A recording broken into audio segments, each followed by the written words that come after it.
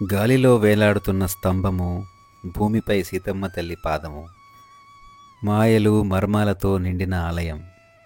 ఈ ప్రదేశానికి అడుగు పెడితే చరిత్రే కాదు, రామాయణము, కళలు, శిల్పాలు అన్నీ మన కళ్ళ ముందే మెదులుతూ ఉంటాయి.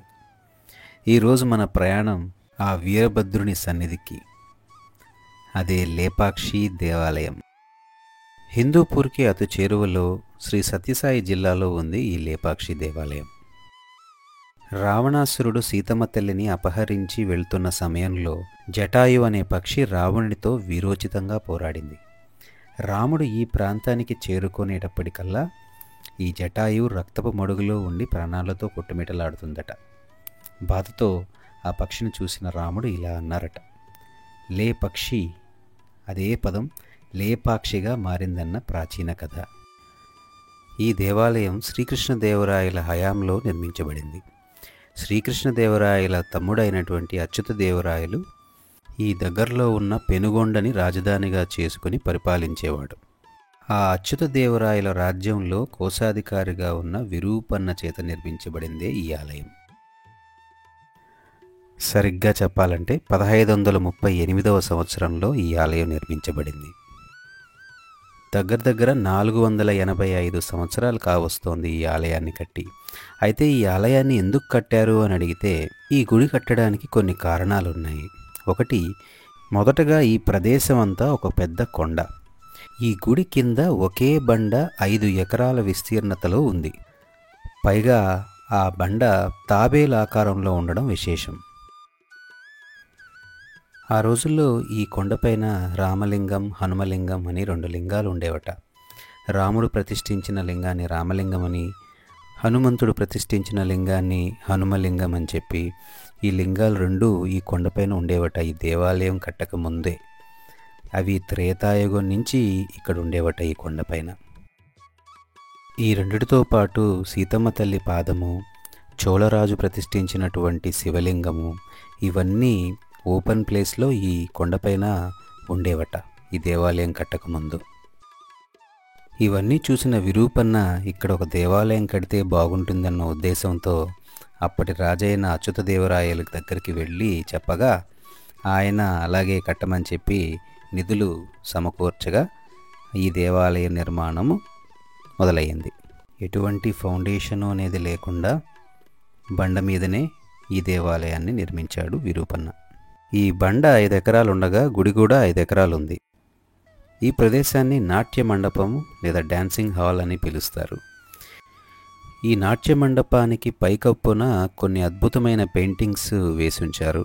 ఆ పెయింటింగ్స్ ఎక్కడెక్కడ ఉంటాయో వాటి కింద ఇటువంటి గుంతలు కూడా గమనించవచ్చు. ఆ కింద గుంతల్లో ఆకులు, కూరగాయలు దంచి వాటి రసం ద్వారా వేసినటువంటి న్యాచురల్ పెయింటింగ్సే ఇవి. వాళ్ళకు కావాల్సినటువంటి కలర్స్కి అనుగుణంగా ఎరుపు రంగు కావాలంటే బీట్రూటు, ఇలాగా వాళ్ళ కూరగాయల్ని, ఆకుల్ని ఆ రోళ్లల్లో దంచి వచ్చిన ఆ రసంతో పైకప్పు పైన పెయింటింగ్ వేసేవాళ్ళు. అక్కడ ఒక ప్లాట్ఫామ్ లాగా నిర్మించుకొని పడుకొని పైకప్పు పైన ఈ పెయింటింగ్స్ అన్నిటినీ వేశారట. 1538వ సంవత్సరంలో వేసిన పెయింటింగ్స్ ఇప్పటికి కూడా చెక్కు చెదరకుండా మన కళ్ళ ముందున్నాయి. ఇప్పుడు చూస్తున్న ఈ స్టోరీ కర్ణాటక గోకర్ణకు సంబంధించిన ఆత్మలింగాన్ని రావణాసురుడు తీసుకొని వెళ్తుండగా విఘ్నేశ్వరుడు మారు రూపంలో వచ్చి అక్కడ జరిగినటువంటి సంఘటన అంతా ఇక్కడ డిపిక్ట్ చేశారు. ఆత్మలింగాన్ని దర్శనం చేసుకోవాలంటే గోకర్ణకి వెళ్ళాల్సిందే.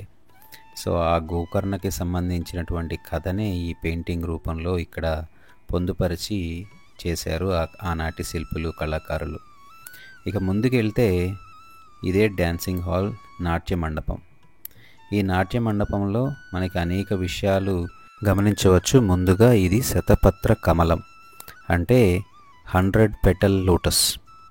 సో పైకప్పు పైన ఎంతో ఇంట్రికేట్గా దాన్ని చెక్కి ఉంచారు. ఆ తర్వాత ఈ నాట్య మండపంలో స్వర్గంలోని రంభ నాట్యాన్ని చూపిస్తున్నారు. అదిగో కనిపిస్తున్నదే రంభ. సో ఆ రంభ నాట్యం చేస్తుండగా ఆ నాట్యానికి అనుగుణంగా దత్తాత్రేయుడు, సూర్యభగవానుడు, తుంబురుడు, రితేశ్వరుడు, నందీశ్వరుడు ఇలాగ వాళ్ళు అనేక రకమైనటువంటి వాయిద్యాల్ని వాయిస్తూ పార్వతీ పరమేశ్వరులు కూడా ఈ రంభనాట్యాన్ని చూస్తూ తిలకిస్తూ ఉన్నారు. సో స్వర్గసీమలో జరిగేటువంటి ఈ రంభనాట్యం, ఈ దృశ్యాన్ని ఇక్కడ ఈ మందిరంలో డిపిక్ట్ చేసి మనకు అర్థమయ్యే విధంగా చూపించారు ఆనాటి శిల్పులు. అనేక రకాలైనటువంటి ఆకృతులు, శిల్పాలు ఈ నాట్య మండపంలో మనం చూసుకోవచ్చు. దీన్నే డ్యాన్సింగ్ హాల్ అని కూడా పిలుస్తూ ఉంటారు. ఈ దేవాలయంలో సెంటర్ ఆఫ్ అట్రాక్షన్ అని మనం చెప్పుకోవచ్చు. అప్సరసలైనటువంటి రంభ, మేనక, ఊర్వశి, తిలోత్తమ వీళ్ళకి డాన్స్ నేర్పించినటువంటి డాన్స్ మాస్టరు భృంగీశ్వరుడి యొక్క శిల్పాన్ని మనం చూడొచ్చు. ఆయనకి 3 కాళ్ళు ఉండడం విశేషం. రోజులో ఎక్కువ శాతం నృత్యం నేర్పిస్తూ నృత్యం చేస్తూ ఉంటారు కాబట్టి ఆయన అలసిపోతే ఒక కాలు రెస్ట్ తీసుకోగా మిగిలిన 2 కాళ్ళతో డ్యాన్స్ వేస్తారట. తర్వాత ముందుకు రాగా ఇక్కడ ఇంకొక సన్నివేశాన్ని మనం చూడవచ్చు. పార్వతీదేవి ఎడం పక్క ఉన్నటువంటి పార్వతీదేవిని తయారు చేయడానికి కొంతమంది చలికత్తులు వస్తున్నారు. సో అంటే మనం వాళ్ళని మేకప్ ఆర్టిస్ట్ అనుకోవచ్చు. గమనిస్తే వాళ్ళ హెయిర్ స్టైల్స్ ప్రతి ఒక్కరి నుంచి ఇంకొకరికి వ్యత్యాసంగా ఉన్నాయి. సో డిఫరెంట్ హెయిర్ స్టైల్స్తో వాళ్ళు వచ్చి అదేవిధంగా వాళ్ళు పార్వతీదేవిని తయారు చేయడానికి వస్తూ ఉన్నారు. ఇంకొక విషయం ఏమిటంటే ఇక్కడ బార్డర్స్లో కనిపిస్తున్న డిజైన్స్ ఇవన్నీ కూడా ఆనాటి డిజైన్స్ని ఇప్పుడు చాలా వరకు కర్టెన్స్లోనూ కొన్ని శారీస్లోనూ వాడుతున్నారంట.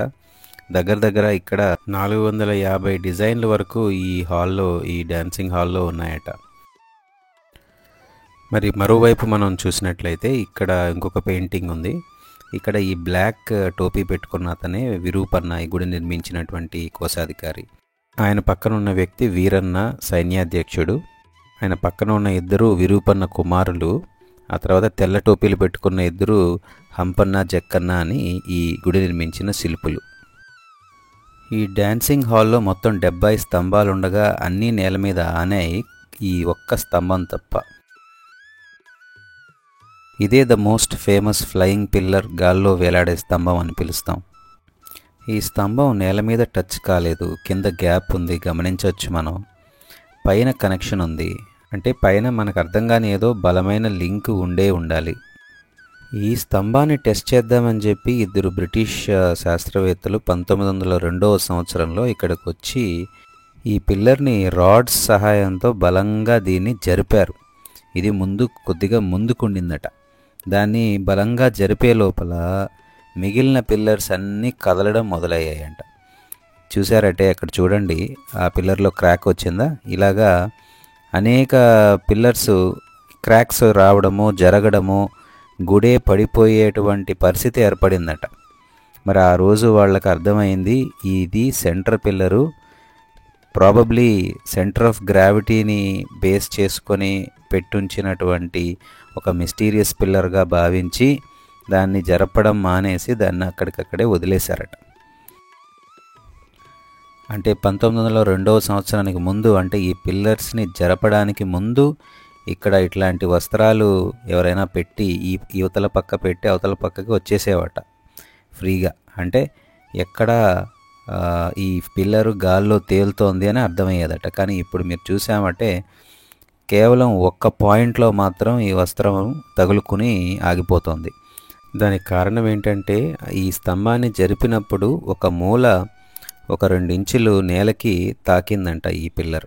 ఇంతకు ముందు గాల్లోనే కంప్లీట్గా ఉండేదట.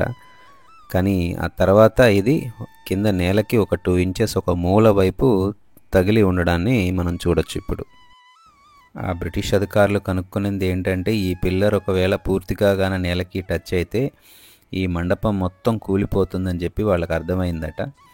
ఈ డ్యాన్సింగ్ హాల్ మొత్తానికే సెంటర్ ఆఫ్ గ్రావిటీని ఆధారంగా చేసుకొని ఆనాటి శిల్పులు, ఆనాటి వాళ్ళు దీన్ని ఒక కీ పిల్లర్గా పెట్టుంచారట.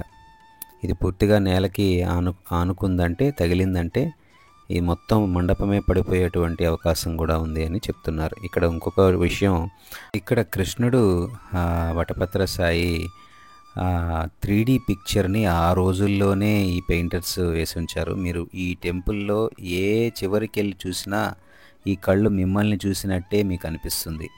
నేరుగా చూసినా, ఒక మూలకెళ్ళి నిలబడుకొని చూసినా కృష్ణుడి బొమ్మ మన వైపే చూస్తున్న ఫీలింగ్ మనకు కలుగుతుంది. ఈ ఫ్లయింగ్ పిల్లర్ గురించి ఇంకొకసారి చూసారంటే మొత్తం గాల్లోనే ఉండి ఒకవైపు మాత్రమే టచ్ అయ్యి ఉంది, మిగతా అంతా కూడా గాల్లోనే ఉంది.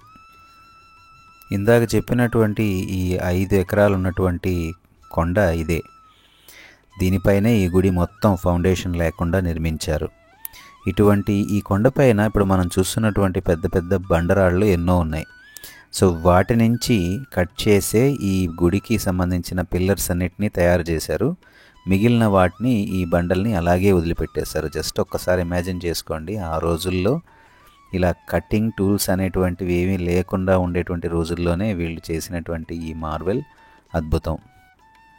కేవలం సుత్తి ఊలితోనే ఇట్లాంటి బండలన్నీ పగలగొట్టాలంటే కొన్ని వందల సంవత్సరాలు అయి ఉంటుందేమో అని అనుకుంటాం. కానీ 1522వ సంవత్సరంలో మొదలుపెట్టి 1538 కంతా పూర్తి చేసేశారు. కేవలం 16 సంవత్సరాల్లోనే గుడి నిర్మాణం పూర్తయిపోయింది.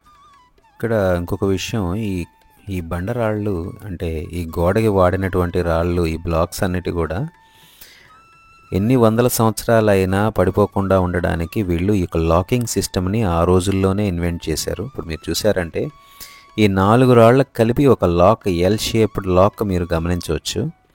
ఆ లాక్ వల్ల ఏమవుతుందంటే ఇవి గ్రిడ్ లాగా ఫామ్ అయిపోయి ఇవి జరగకుండా, కదలకుండా, పడిపోకుండా అలాగే ఎన్ని వందల సంవత్సరాలైనా ఉండిపోగలవు. ఇప్పుడు మనం చూస్తున్నది 2వ విడత లేదా 2వ భాగం అని చెప్పొచ్చు ఈ ఆలయ నిర్మాణంలో. ఇదే నాగలింగం యొక్క నిర్మాణం. దీనికి ఒక మంచి స్టోరీ కూడా ఉంది. ఒకనాడు శిల్పులంతా భోజనానికి వస్తే, ఇప్పుడు మనం ఎదురుగా చూస్తున్నదే భోజనాల గది, వంటగది. యాక్చువల్గా ఆగ్నేయం మూల ఉంది వంటగది. ఇక్కడ శిల్పుల తల్లి వంట చేస్తూ ఉన్నది. ఈ శిల్పులు భోజనానికి రాగా ఆవిడ ఏం చెప్తుందంటే, భోజనం కావడానికి కొంత సమయం పడుతుంది, అంటే దగ్గర ఒక 2-3 గంటలు పట్టచ్చు వంట అయిపోయే లోపల అని చెప్పగా, ఆ 2-3 గంటల్లోనే ఈ శిల్పులు కేవలం 2-3 గంటలు వెయిటింగ్ టైంలోనే ఈ నాగలింగాన్ని, పడగని, వీటన్నిటినీ చెక్కి రెడీ చేసేస్తారట. ఇంతలోగా వాళ్ళ తల్లి వచ్చి చూసేలోపు ఈ అద్భుతాన్ని చూసి ఆమె ఒక్కసారి నివ్వెరపోతుంది. ఆవిడ కంటి దిష్టికి ఈ విగ్రహం 3 చోట్ల పగిలిపోతుంది. సో మీరు గమనించారంటే ఈ పడగకి ఉన్నటువంటి 3వ తల దగ్గర కూడా కాస్త ఇరిగిపోవడం, అంటే పగిలిపోవడాన్ని మనం గమనించవచ్చు. ఇప్పుడు చూడండి, 3వ తల దగ్గర ఒక క్రాక్ లాగా వచ్చేసిందట. అదేవిధంగా సైడ్లో కూడా పగిలిపోయిందట. ఈ సైడ్లో కూడా దీన్ని ఇప్పుడు సిమెంట్ వేసి కవర్ చేశారంట. అలాగా 2 చోట్ల దగ్గర, ఇంకొక దగ్గర కూడా పగిలిపోవడాన్ని శిల్పులు గమనించారంట. ఆ రోజు శిల్పులు ఈ నాగపడగ చెక్కినప్పుడు ఇక్కడ లింగం ఉండేది కాదు. ఇక్కడ ఈ పగిలిపోయిన శిల్పం కాబట్టి ఇక్కడ దీన్ని పూజించడానికి చేయకూడదు, పూజలు అవన్నీ చేయకూడదు అని చెప్పి ఇక్కడ రాజు కాశీ నుంచి ఈ నాగలింగాన్ని తీసుకొని వచ్చి ఇక్కడ ప్రతిష్ఠించాడట. నాగలింగాన్ని ప్రతిష్ఠించిన తర్వాత ఇక్కడ పూజలు జరగడం ప్రారంభమైంది. దీనికి ఎదురుగా నందిని కూడా చెక్కి పెట్టి ఉంచారట అటు సైడ్. సో అది ఈ వింత విశేషం. ఇక్కడ కేవలం 3 గంటల సమయంలో శిల్పులు ఇంత పెద్ద కళాఖండాన్ని చెక్కడం అనేది అద్భుతం. పక్కనే శ్రీకాళహస్తి మహత్యాన్ని కూడా సూచిస్తూ మనకిక్కడ ఒక లింగానికి సాలిపురుగు పూజ చేస్తుండగా, 2వ లింగానికి భక్త కన్నప్ప, 3వ లింగానికి ఏనుగు, ఆ ఏనుగు తొండం పక్కనే ఉన్నటువంటి పాము, ఇవి 2 కలిసి 3వ లింగానికి పూజిస్తుండగా శ్రీకాళహస్తి అంటే సాలిపురుగు, పాము, ఏనుగు అని చెప్పి మనకి అర్థం కావడానికి ఇక్కడ డిపిక్ట్ చేశారు.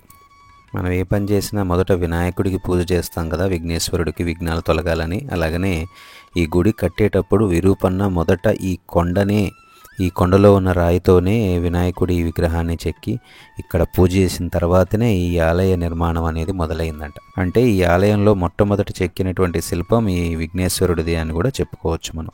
ఆ తర్వాత ముందుకి రాగానే మన కళ్ళ ముందరికి ఈ మ్యారేజ్ హాల్, ఈ కళ్యాణ మండపం అనేది కనిపిస్తుంది.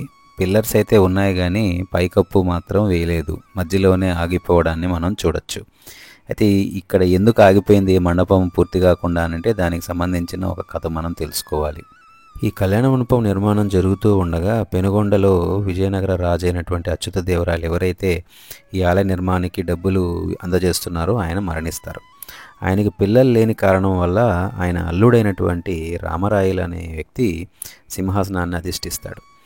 ఆ సమయంలో రామరాయలకి ఈ గుడి నిర్మాణం గురించి, ఇక్కడ చేస్తున్న ఖర్చు గురించి తెలియదు.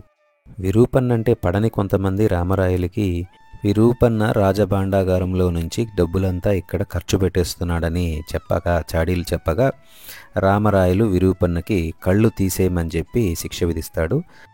అలా విరూపన్నని సైనికులు ఇక్కడి నుంచి తీసుకెళ్లే లోపే విరూపన్న అతని కళ్ళని ఆయనే పెరిగి ఈ గోడ మీదగో చూడండి, ఈ గోడ మీద ఇలా కొడతాడట. ఈ 2 ముద్రలు అప్పుడు పడినటువంటి ఆయన కళ్ళు ఈ గోడకి తగిలి ఆ నెత్తుటి మరకలే ఇప్పటికీ అలాగే మిగిలిపోయాయట. అవమానం చెందడం ఎందుకు అని చెప్పి సైనికులు రాకముందే విరూపన్న అతని కళ్ళను అతనే పొడుచుకొని బయటికి లాగి కనుగుడ్లను ఈ గోడ మీదకి వేసి కొట్టి ఆ మరకల్ని అలా తయారయ్యాయి. ఆ రోజు నుంచి ఈ రోజు వరకు ఈ నెత్తుటి మరకలు అలాగే ఉండడం భక్తికి ఒక నిదర్శనం.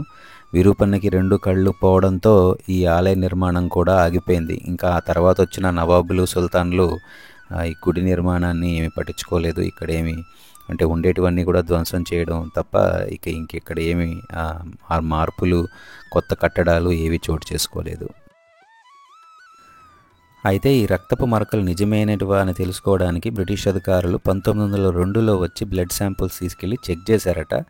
అది నిజమైన బ్లడ్డే అని చెప్పి కూడా ధృవీకరించారంట 1902లో. కానీ ఈ సంఘటన జరిగింది 1538వ సంవత్సరంలో. మీరు నమ్ముతారో లేదో, ఈ రోజుటికి ఈ ఆలయంలో 876 స్తంభాలు, పిల్లర్స్ ఉన్నాయట. అన్నీ కూడా ఈ రాతి బండల నుంచి కట్ చేసి తయారు చేసినవి. 876. వీళ్ళు ఈ పెద్ద పెద్ద రాతి బండలను ఎలా పగలగొట్టేవాళ్ళో అర్థం కావడానికి చూశారంటే, చిన్న చిన్న చెక్క ముక్కలను తీసుకొని ముందు ఒక రంధ్రం చేసి ఆ రంధ్రంలో ఈ చెక్క ముక్కని కొట్టేవాళ్ళు. ఇలా వరుసగా చెక్క ముక్కల్ని ఒకదాని పక్కన ఒకటి కొట్టిపెట్టి నీళ్లు పోసేవాళ్ళు. ఓవర్ నైట్ అలాగే వదిలేయడం వల్ల ఆ చెక్క ముక్కలు నీటిని అబ్జర్వ్ చేసుకొని బాగా ఉబ్బేవి. అవి స్వెల్ అయినప్పుడు ఆ బండ ఈజీగా పడిపోయి మార్నింగ్ వచ్చే లోపల పడిపోయి 2గా ఇరిగిపోవడాన్ని శిల్పులు గమనించేవాళ్ళు. సో ఈ టెక్నిక్ వాడి వాళ్ళు ఈ పెద్ద పెద్ద బండలన్నింటినీ కూడా పగలగొట్టి వాళ్ళకి కావాల్సిన ఆకృతులన్నీ తయారు చేసుకునేవాళ్ళు. ఇక్కడ ఇంకొక ఆశ్చర్యకరమైన విషయం, ఒక్కొక్క పిల్లర్లో 4 డిజైన్లు చొప్పున 286 డిజైన్లు చెక్కుంచారు ఆనాటి శిల్పులు. వీటిలో చాలా డిజైన్స్ని ఈరోజు చీరలపైన వాటిపైన వాడడము అనేది మనం చూస్తూ ఉంటాము. సో ఇవి ఎప్పుడో ఆనాటి కాలంలోనే శిల్పులు ఇక్కడ వీటిని చెక్కి భద్రపరిచారు. ఆ రోజుల్లోనే కంప్యూటర్ గ్రాఫిక్స్ లాగా ఇప్పుడు ఆవు నిలబడినట్టు, ఆవు మేస్తూ ఉన్నట్లు, ఇంకొకటి ఆవు పాలిస్తూ ఉన్నట్లు ఈ 3 తలలు ఒకే దాంట్లో ఉంచి శిల్పులు ఆ రోజు ఒక ప్రయోగంలాగా చేసి ఉంచారు. భద్రాచలంలోని పర్ణశాలలో సీతాదేవిని అపహరించి రావణాసురుడు ఈ వైపుగా ఈ మార్గంలో వెళ్తూ ఉంటే జటాయు పక్షి రావణుణ్ణి ఎదురించి వీరోచితంగా పోరాడిన సంఘటన. ఆ యుద్ధంలో తన 2 రెక్కల్ని రావణాసురుడు నరకగా ఆ పక్షి ఈ బండపైన వచ్చి పడి కొన ప్రాణంతో కొట్టుమిటలాడుతూ రామ రామ అని జపం చేస్తూ ఉంటుంది. అప్పుడు రాముడు ఇక్కడికి రాగా ఆ పక్షిని చూసి లేపక్షి అని చెప్పి అనగా అది లేపాక్షిగా మారి లేదా లయపక్షి అని చెప్పి కూడా కొంతమంది అంటూ ఉంటారు. అలాగనే ఈ గుడికి పేరు లేపాక్షి అని చెప్పి వచ్చిందని నమ్మకం. అలాగే ఈ వైపున వెళ్తున్న సీతాదేవి ఆ పక్షిని ఆశీర్వదించి ఆమె ఇక్కడ పాదం మోపి ఇక్కడ ఈ నీళ్లు పైకి ఉబికేటట్లు చేసిందట. ఈ నీళ్లు తాగే జటాయు పక్షి రాముడు వచ్చేంత వరకు బ్రతికుండి రాముడికి జరిగినటువంటి సంఘటన అంతా చెప్పి మరణిస్తుందట. అయితే ఈ పాదం చాలా పెద్దదిగా ఉంది. దీన్ని బట్టి మనకి త్రేతాయుగంలో మనుషులు చాలా పెద్ద ఆకారంతో ఉండేవాళ్ళని చెప్పి మనకు అర్థమవుతోంది. ఈ రోజుల్లాగా ఆ రోజుల్లో హోటల్స్ అవి లేవు కాబట్టి ఇక్కడికి వచ్చినటువంటి భక్తులకి ఈ ధర్మసత్రాలు అనేవి ఉండేటివి. ఇక్కడే ఉండేటువంటి వాళ్ళు ఆ భక్తులందరూ కూడా. ఈ గుడిగట్టే కూలీలు కూడా భారీ ఆకారాలతో 8 అడుగుల వరకు ఉండేవాళ్ళంట. వాళ్ళు తినేటువంటి ప్లేట్ను ఒకసారి మేము చూసామంటే అర్థమవుతుంది మరి ఎంత పెద్ద ఆకారంలో ఉందో. చూసారంటే ఒక్కసారి ఆశ్చర్యపోవాల్సిందే. ఇక్కడ పనిచేసే వాళ్ళు తినేటువంటి ప్లేట్స్ అంట, దాంట్లో ఉన్న ఒక్క చిన్న ప్లేట్ అంతా ఉంది మన ప్లేట్లు ఇప్పుడు. సో ఇలాగా ఇక్కడే ఈ రాతిలోనే భోంచేసేవాళ్ళట వాళ్ళు. ముందుకెళితే ఇంకా చోళరాజు మాధవవర్మ ప్రతిష్ఠించినటువంటి లింగము ఈ గుడి నిర్మాణానికి ముందే ఉందని ఇందాక చెప్పాను కదా, ఆ లింగం ఇది. చోళరాజు ప్రతిష్ఠించినటువంటి లింగము. ఈ లింగంతో పాటు ఎదురుగా కనిపిస్తున్నటువంటి 2 సత్రాలు కూడా మాధవవర్మనే నిర్మించారట. ఈ 2 సత్రాలు, ఈ లింగము, ఈ 2 ఈ గుడి నిర్మాణానికి ముందే ఇక్కడ ఉండేటివట. అలాగే ముందుకెళ్ళామంటే ఒక భారీ సైజులో ఉన్నటువంటి తులసి మండపాన్ని మనం చూడొచ్చు. కేవలం ఈ తులసి మండపాన్ని చూస్తేనే మనకు అర్థమైపోతుంది ఆ రోజుల్లో మనుషులు ఎంత ఎత్తుగా ఎంత భారీగా ఉండేవాళ్ళు. ఒక 8 అడుగులు ఉన్నటువంటి మనిషికి సరిపోయే విధంగా ఉంది ఈ తులసి మండపం. ఈ వీడియో మీకు అందరికీ నచ్చిందని ఆశిస్తున్నాను. ఈ వీడియోని కూడా ఇంతకుముందు వీడియోస్ లాగా లైక్, షేర్ అండ్ ఖచ్చితంగా ఛానల్కి సబ్స్క్రైబ్ చేసుకొని నాకు అండగా నిలబడతారని కోరుకుంటున్నాను. మీ అందరికీ పేరు పేరున ధన్యవాదాలు. జై హింద్.